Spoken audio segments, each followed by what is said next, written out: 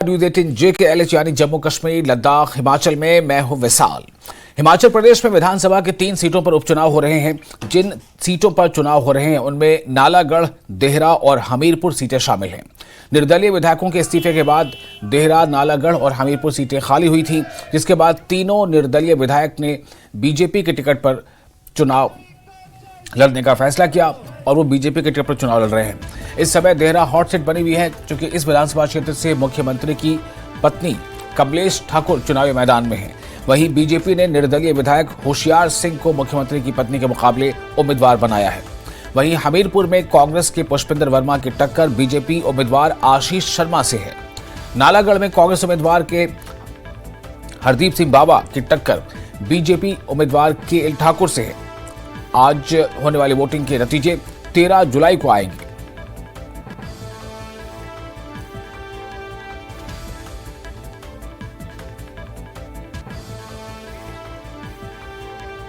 और इस वक्त हमारे साथ जुड़ चुके हैं हमारे रिपोर्टर जसबीर हमीरपुर से। जसबीर, हमें बताएं कि वोटिंग का अमल शुरू हो चुका है। क्या वोटिंग शुरू हो गई है? क्या लोगों का आना शुरू हो चुका है मतदान केंद्रों पर? किस तरह की तैयारी आप देख रहे हैं? कितना अहम है आज का ये चुनाव?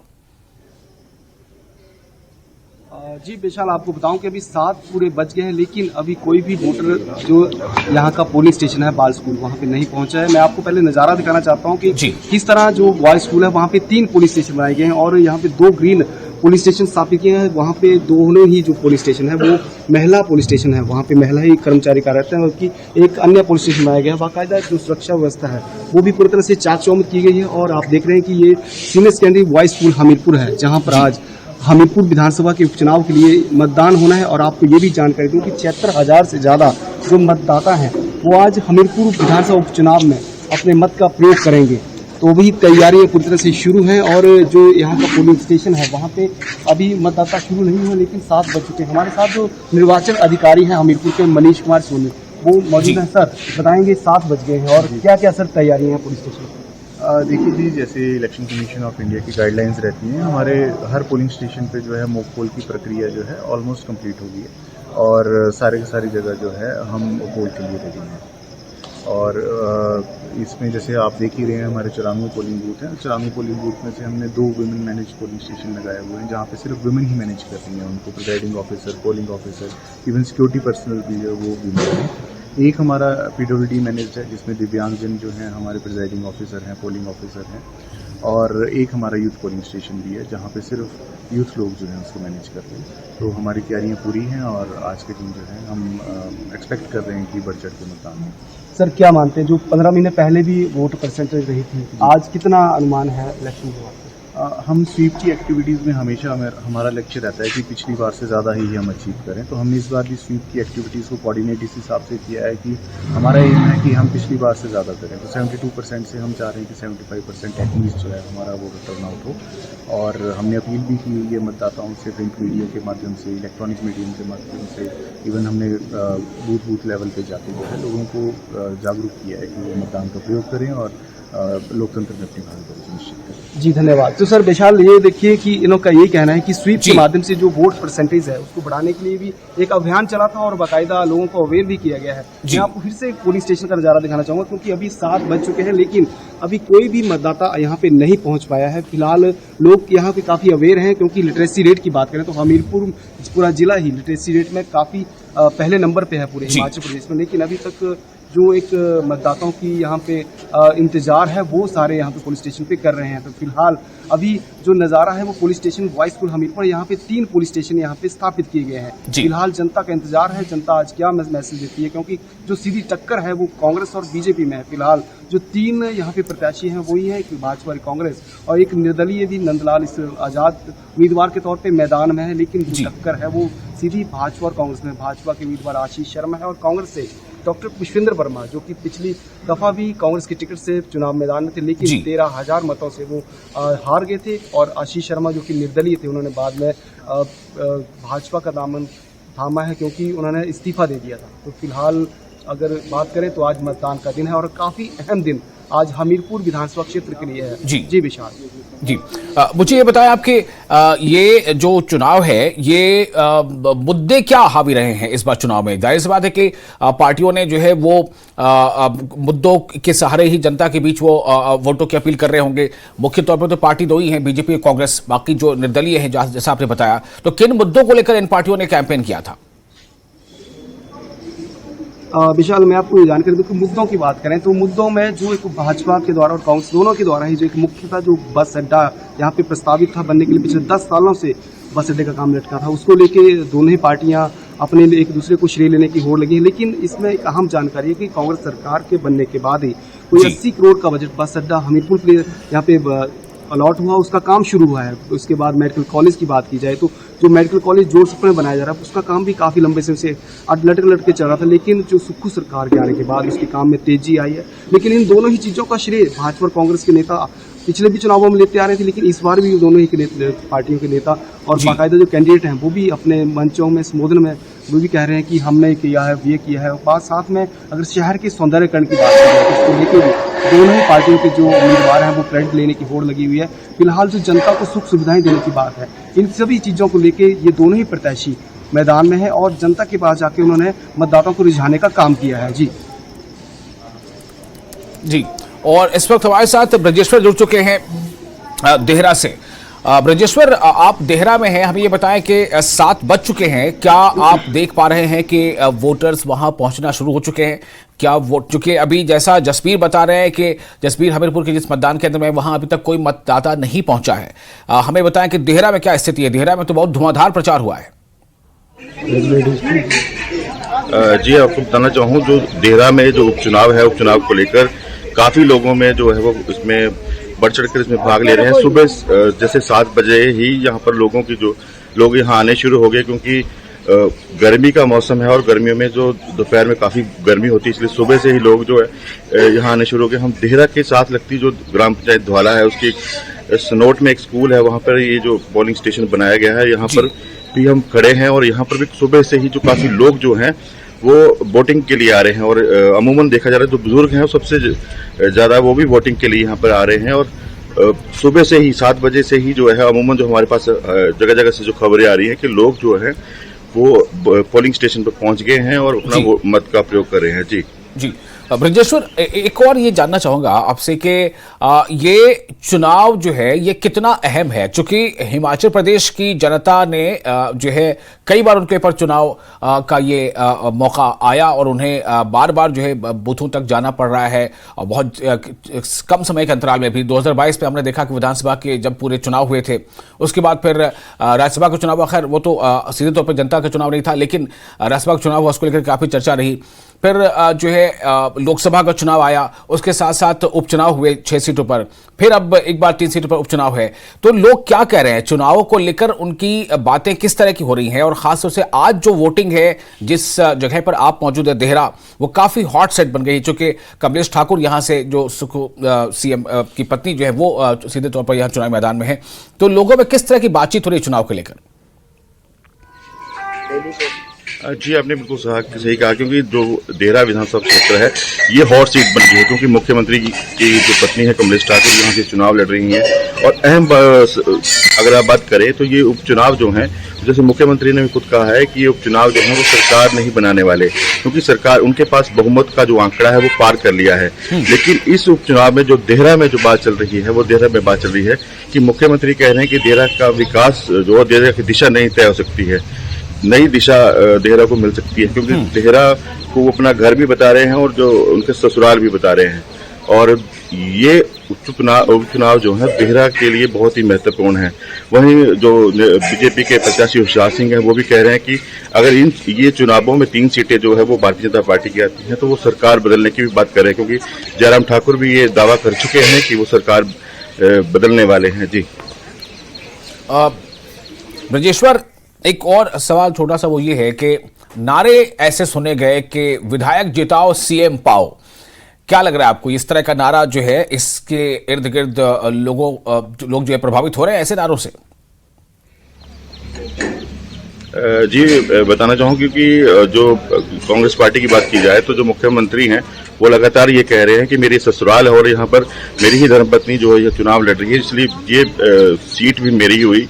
और इसको मुख्यमंत्री जब भी जो किसी जनसभा में जा रहे थे या फिर उनकी पत्नी कहीं भी नुक्कड़ सभाएं कर रही थी तो वो सीधे तौर पे कह रही थी कि जो उनकी समस्याएं होंगी उनके लिए उनको विधानसभा तो बाद में जाने की जरूरत है, लेकिन वो पहले ही घर में ही वो जो लोगों की समस्या होंगी, देहरा के जो विकास की बात होगी वो घर पे ही डिस्कस कर ली जाएगी, ताकि वो विधानसभा में या मंत्रिमंडल की जो बैठक होती है उससे पहले ही वो डिस्कस हो जाएगी। क्योंकि अमूमन जितने भी विधायक पहुंच जो है वो विधानसभा तक होती है, दूसरा मुख्यमंत्री के जो सचिवालय तक होती है, लेकिन मुख्यमंत्री और उनकी पत्नी ये कह रहे हैं कि मेरी जो पहुंच है, अगर देहरा की जनता जो कमलेश ठाकुर को जिताती है तो उनकी पहुंच मुख्यमंत्री के घर तक हो जाएगी। जी बिल्कुल, इन बातों को लेकर भी जो है वो देहरा में चर्चा है। मैं आपके पास फिर लौटता हूं। मैं चाहूंगा कि आप कुछ मतदाताओं से बातचीत करें ताकि हम लोगों को ये बता सकें कि मतदाता जो पहुंच रहे हैं या वोट देने के लिए उनके मन में क्या है इस चुनाव को लेकर। और फिलहाल रुक करेंगे जगत सिंह नेगी का, जो हमारे साथ जुड़ चुके हैं नालागढ़ से, हमारे रिपोर्टर। जगत, आप हमें ये बताएं कि इस वक्त क्या मंजर देख पा रहे हैं, आप किस बूथ केंद्र पर हैं, मतदान केंद्र पर हैं, और ये चुनाव जो है कितना अहम है? चूंकि हमने जब 7 बजे जसबीर से बातचीत की, हमीरपुर में वो मौजूद थे, तो वहां उन्होंने बताया था कि जिस मतदान केंद्र पर वो थे वहां अभी तक कोई नहीं पहुंचा था वोट डालने के लिए। तो क्या लोगों में इस चुनाव को लेकर के जोश में थोड़ी कमी है, या आप नालागढ़ में क्या देख पा रहे हैं?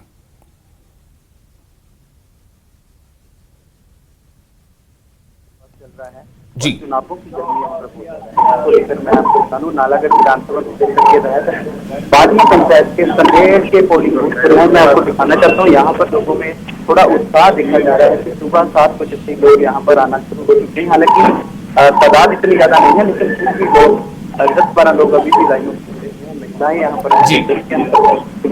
उत्साह कहीं ना कहीं लोगों में जरूर है कि दूसरा गर्मी का मौसम है, इसलिए अभी थोड़ी देरी हो सकती है, लेकिन कहीं ना कहीं जो चुनाव है ये विधानसभा का चुनाव 5 साल बाद आना था, लेकिन अब 1.5 साल के बाद ये विधानसभा का चुनाव यहाँ पर आ चुका है।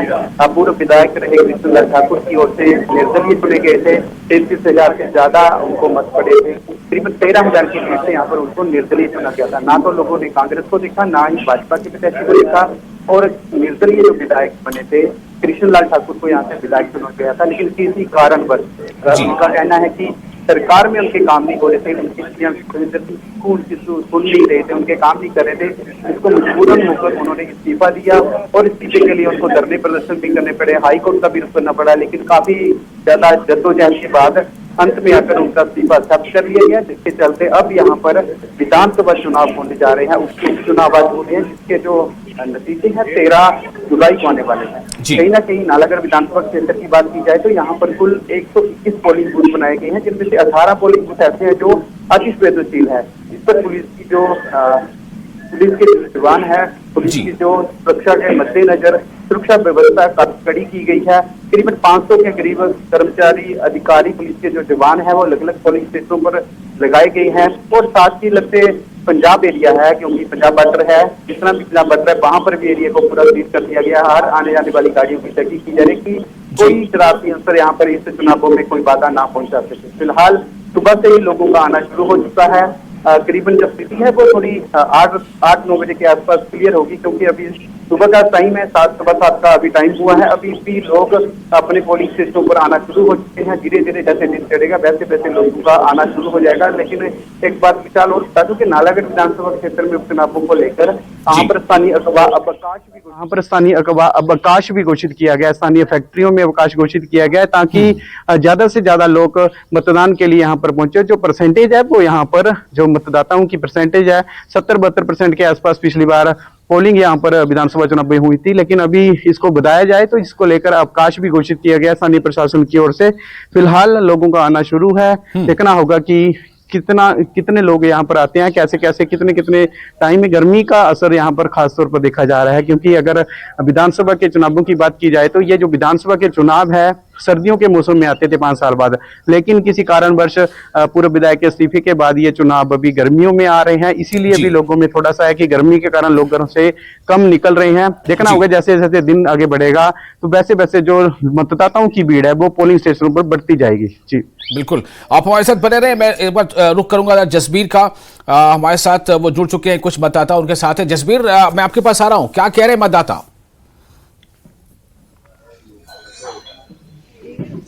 जी आए थे। हाँ सर, आपने मतदान किया, पहले तो निशान दिखाइए आप, क्योंकि 15 महीने के बाद दोबारा एक बार फिर से सौभाग्य प्राप्त हुआ है लोकतंत्र के महाकुंभ में अपना एक। तो मैं आपसे जानना चाहूंगा आपके मन में क्या था कि 15 महीने के बाद दोबारा से इस बार चुनाव है सर? मन में क्या बोला? मैं पूछना चाह रहा हूँ कि आपने क्या सोच के इस बार मतदान किया, क्या चाहती है जनता? जनता ये चाहती है जो एक अच्छा कैंडिडेट है उसको वोट देना चाहती है। लगभग 15 महीने के बाद ही दोबारा से आपने चुनाव किया, एक महिला होने के नाते क्या सोच करके आपने मतदान किया जी? अच्छा कैंडिडेट होना चाहिए, आपके हक की सोचे, ऐसा कैंडिडेट होना चाहिए। हाँ जी। सर आप बताएंगे, आपने फिर से मतदान किया है आज, किन मुद्दों को लेकर आज मतदान? ये तो बड़ी दुर्भाग्य की बात है जो कि 15 महीने के पहले चुनाव आ गया। तो चलो जो भी कैंडिडेट होगा वो अच्छा ही होगा, जिसको हम चुनेंगे वो अच्छा ही होगा। बिल्कुल। शर्मा जी आप बताएं, क्या आपके मन में क्या था मतदान करते हैं? मतलब बार बार इस चीज़ के लिए दौड़ना वो भी गलत चीज़ है कि जो टाइम पीरियड है उसी में होना चाहिए वोटिंग, और वैसे मतलब तो फिर भी आना पड़ा, एक मतदाता होते हुए फिर भी हमें आना पड़ा, तो हमने मतदान किया, बहुत अच्छा। जनता क्या मानती है कि बार बार चुनाव हो रहे हैं तो क्या विकास कार्य ठप हो रहे हैं या बाकी हाँ, सब चीजें जो है इससे बहुत फर्क पड़ता है, हर चीज़ के ऊपर फर्क पड़ता है इससे। आप क्या कहना चाहते हैं? आप मतदान करके आए हैं, अभी क्या था आपके मन में? मेरे मन में था कि ऐसा कैंडिडेट होना चाहिए जो हर आदमी का, गरीब का, बेरोजगार का काम कर पाए और वो हर वक्त अवेलेबल हो और काम करने की इच्छा रखे और वो मधुर स्वभाव का हो, जिससे कि कोई गरीब आदमी या कोई भी अननोन आदमी उससे मिले और काम करवा सके। तो मैंने उसके ऊपर वोट दिया है। जसबीर, एक सवाल कीजिएगा, पिछली बार जब इस क्षेत्र में लोगों ने विधायक चुना था तो जिस विधायक को चुना था वो ना तो बीजेपी से थे ना कांग्रेस से थे, तो क्या इनका चुनाव गलत हो गया था? मतलब इनके मन में क्या है? एक सवाल है छोटा सा कि पिछली बार 15 महीने पहले भी आप लोगों ने विधायक चुना था, पहले वो आजाद तौर पे था, ना बीजेपी ना कांग्रेस, तो इस बार क्या ऐसा लग रहा है आपको? हमें ये लग रहा है कि इस बार उसको टिकट मिला है और पिछली बार टिकट नहीं था, परंतु फिर वो सब लोग ही वैसे करते हैं कि जिस पार्टी का हो उसे वोट देते हैं, तो हमारा तो सीधा ही वोट मतलब ये है कि पार्टी के लिए गया है, असीस के लिए गया है। तो अगर पार्टी का कोई और भी कैंडिडेट तो होता तो हम उसे वोट देते। पार्टी का वोट मुझे लग रहा है कि पार्टी के लिए ही सारे का सारा जा रहा है और बाकी इसका अपना स्वभाव, कैंडिडेट का, किसी भी कैंडिडेट का अपना स्वभाव है, उसके अनुसार उसे वो वोटिंग मिलेगी। आप क्या मानते हैं कि क्या मुद्दे होने चाहिए थे इस चुनाव में?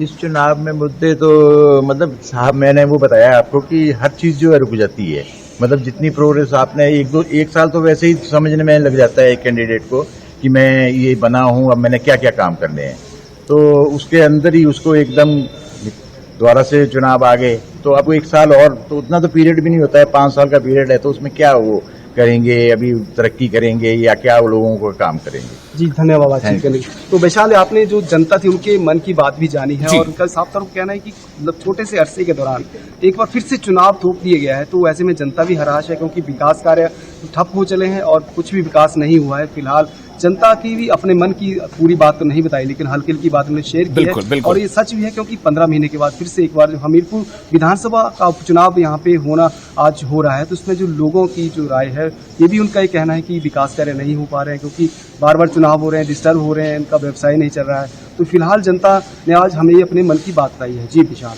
जी, और शुक्रिया आपका। मैं फिर आपका लौटता हूँ, फिलहाल रुक करेंगे ब्रजेश्वर का। ब्रजेश्वर हमारे साथ देहरा से हैं और देहरा वो सीट है जो हॉट सीट मानी जा रही है। हालांकि 3 सीटों पर आज चुनाव हो रहे हैं, नालागढ़, देहरा और हमीरपुर। इनमें से देहरा वो सीट है जिसे हॉट सीट माना जा रहा है। उसकी वजह यह है कि देहरा में इस बार कांग्रेस ने अपना उम्मीदवार बदला है, यानी जो उम्मीदवार 2022 में कांग्रेस के टिकट पर यहां चुनाव लड़ा था, इस बार वो नहीं है, बल्कि सुखविंदर सिंह सुक्खू जो सीएम है हिमाचल के, उनकी पत्नी कमलेश ठाकुर को देहरा से उम्मीदवार बनाया गया है कांग्रेस की तरफ से। तो इस वजह से ये जो है कहीं ना कहीं एक बहुत बड़ी प्रतिष्ठा की जंग बन गई है कि सीएम जो राज्य के हैं उनकी पत्नी चुनाव में खड़ी हैं और जनता को चुनना है कि उन्हें चुना जाए या किसे चुना जाए, ये जनता के ऊपर है। रजिस्टर मैं आपके पास आ रहा हूं, देहरा में आप हैं, आप हमें बताएं कि क्या अब वहां पर वोटिंग के लिए लोग और ज्यादा आने लगे, और अगर आपकी लोगों से बात हुई है तो ये जानिए, कोशिश कीजिए जानने के मतदाताओं से कि उनके मुद्दे क्या हैं, किन मुद्दों के आधार पर वो चुनाव में हिस्सा ले रहे हैं और वोटिंग के लिए यहां पहुंचे हैं। जी मैं बताना चाहूँ, अभी जो है वो काफी संख्या में जो लोग हैं वो वोटिंग के लिए पहुंच रहे हैं, पोलिंग स्टेशन में पहुंच रहे हैं। कुछ लोग भी हमारे साथ बात करने के लिए हैं, कुछ वोट डाल के आए हैं, कुछ वोट डालने जा रहे हैं। उनसे जानते हैं कि देहरा जो है, देहरा में क्योंकि मुख्यमंत्री की साख का सवाल भी है। भारतीय जनता पार्टी ने भी पूरी ताकत यहाँ पर झोंक दी है और कुछ लोग जो हमारे साथ जो यहाँ पर जो यहाँ के मतदाता हैं उनसे हम जानने की कोशिश करेंगे। सर नाम बताइए आप। राजेंद्र कुमार मेरा नाम जी। तो क्या इस बार लग रहा है, इस बार क्योंकि यहाँ पर मुख्यमंत्री की प्रतिष्ठा भी दाव पर है और दूसरी तरफ भारतीय जनता पार्टी का शिवराज सिंह है, क्यों ये चुनावों की जो स्थिति पैदा हुई, आज अब मतदान करना है, किस तरह देख रहे हैं? हमें बहुत खुशी है, हमें मौका मिल गया दोबारा मतदान करने का। जी क्यों इतनी खुशी क्यों है आपको? क्योंकि हमारे देहरा में कोई भी काम नहीं हो रहा था, तो ठीक है हमारे विधायक जी ने इस्तीफा दे दिया, वो अच्छा किया उन्होंने, और हमें मौका मिल गया काम करवाने के लिए, हमें मुख्यमंत्री जी मिलते हैं। अच्छा, आपको मुख्यमंत्री जो है यहाँ पे मिले, कुछ और लोग भी, महिलाएं भी हमारे साथ थोड़ा आगे आए जी। अब बताएं थोड़ा आगे आए। कुछ लोग जो हैं वो आप भी हैं, बताएं थोड़ा, क्योंकि आप टीवी पे आपको पूरी हिमाचल देख रहा है कि किस तरह आप क्या देहरा जो है इस वक्त हॉट सीट है और दिशा और नई दिशा तय करने वाला है देहरा, किस तरह देख रहे हैं? तुम्हारी आप पा रही अच्छे काम करती है, अच्छी है, तो देहरा के लिए विकास करने के लिए अच्छी रही, तो अच्छी है। तो देखिए मतदाताओं का जो कहना है कि वो फिलहाल तो मुख्यमंत्री की ही बात कर रहे हैं कि उनकी पत्नी की ही बात कर रहे हैं, लेकिन जो कुछ लोग हैं मतदाता हैं वो बात नहीं कहना चाह रहे हैं, क्योंकि मतदान जो होता है गुप्त दान होता है, वो किसको वोट करेंगे, क्या सपोर्ट करेंगे, वो कुछ कहने की स्थिति में नहीं है। हमने कोशिश की लेकिन वो अपना मत का प्रयोग करेंगे, उसके बाद ही कुछ कह पाएंगे कि देहरा। हम ये जानने की कोशिश कर सकते हैं कि मतदाता चाहते क्या हैं, कि उनके विधानसभा क्षेत्र में कौन कौन सी सुविधाएं आए, किस तरह की सुविधाओं की कमी है, कौन सी सुविधा वो चाहते हैं, और क्या जिनको भी उन्होंने वोट दिया है या देने जा रहे हैं तो उनसे उनकी वो उम्मीदें पूरी हो सकती हैं। ये हम फिर से जानने की कोशिश करेंगे अपने मतदाताओं से ब्रजेश और आपके जरिए, लेकिन फिलहाल हम रुक करेंगे यहाँ पर। ये बता दें पहले अपने दर्शकों को कि आज हिमाचल प्रदेश के लिए एक बहुत ही अहम दिन है। हिमाचल प्रदेश में आज उपचुनाव हो रहे हैं विधानसभा की 3 सीटों के लिए, जिनमें से एक नालागढ़ है, दूसरा हमीरपुर है, तीसरा देहरा है।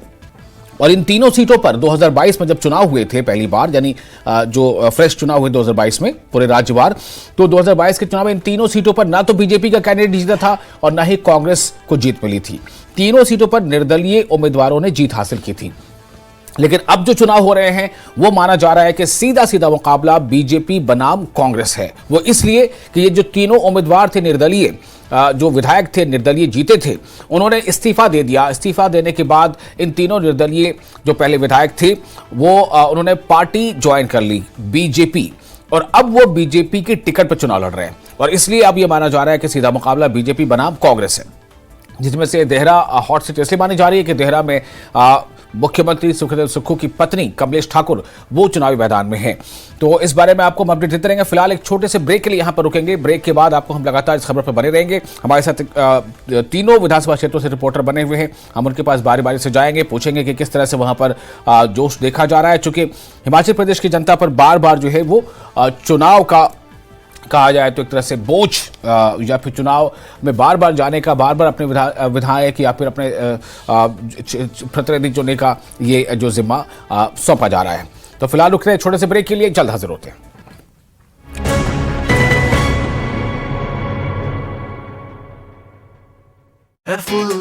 डोर टू डोर प्रचार में जुटे कांग्रेस बीजेपी प्रत्याशी। किन्नौर में शहीद हवलदार रोहित कुमार का आज अंतिम संस्कार। पार्थिव शरीर चौरा पहुंचने पर वीर सपूत को दी गई श्रद्धांजलि। लोगों ने नम आंखों से किया काफिले को विदा। शिमला से बड़ी खबर, लोकल बस स्टैंड के पास लैंडस्लाइड। भारी बारिश के कारण हुआ लैंडस्लाइड, यातायात प्रभावित। चंबा में विश्वविख्यात मणिमहेश यात्रा आयोजित। 26 अगस्त से लेकर 11 सितंबर तक की गई यात्रा आयोजित। श्रद्धालुओं को सुविधा मुहैया कराने के लिए प्रशासन तैयार। औरंगाबाद के ठेकवा गांव में महिला की पीट कर हत्या। मरने वाली महिला के घरवालों ने ससुराल पक्ष पर लगाया दहेज के लिए हत्या का आरोप।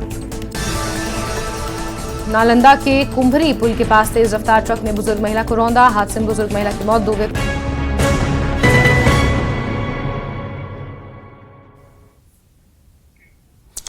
ब्रेक के बाद एक बार फिर आपका स्वागत है न्यूज 18 JKLH यानी जम्मू कश्मीर लद्दाख हिमाचल में। मैं हूं विशाल और आज हिमाचल प्रदेश में विधानसभा की 3 सीटों पर उपचुनाव हो रहे हैं। ये तीनों सीटें हैं नालागढ़, देहरा और हमीरपुर। काफी अहम है इस चुनाव के नतीजे जो हैं वो जो